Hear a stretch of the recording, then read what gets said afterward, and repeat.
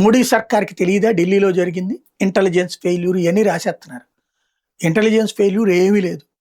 నా బోటోని ఇక్కడ కూర్చున్నోడే చెప్పా ఢిల్లీలో 20వ తారీఖు పెద్ద గొడవలు జరగబోతున్నాయి అన్నట్టు. ఎందుకంటే కాక్రోచ్ జనతా పార్టీకి అక్కడ విద్యార్థుల సపోర్ట్ కాదు, వాళ్ళ ఉద్దేశం కూడా విద్యార్థులు సపోర్ట్ చేస్తారని కాదు. దేశంలో మోడీ అంటే విపరీతమైన ద్వేషం అన్నోళ్ళు.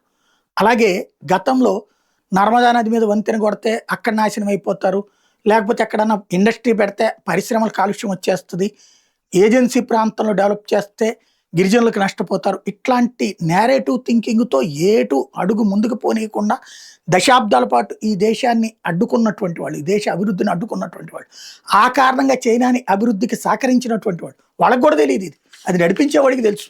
వీళ్ళ చేత వీళ్ళని అలా ప్రొవోక్ చేసిన దానికి వెనకాల ఇప్పుడు అర్జెంటుగా ఆల్గారిథమ్స్ అన్నిట్లలో ఎందుకని పోలీసులు కొట్టిన విజువల్సే వైరల్ అవుతున్నాయి, పోలీసుల్ని కొట్టినటువంటి విజువల్స్ని అతి బలవంతంగా జాతీయవాదులు మాత్రం ఎందుకు ప్రొజెక్ట్ చేస్తున్నారు, ఈవెన్ వాటికి రీచ్ ఎందుకు ఇవ్వట్లేదు అంటేనే అర్థమైపోతుంది కదా.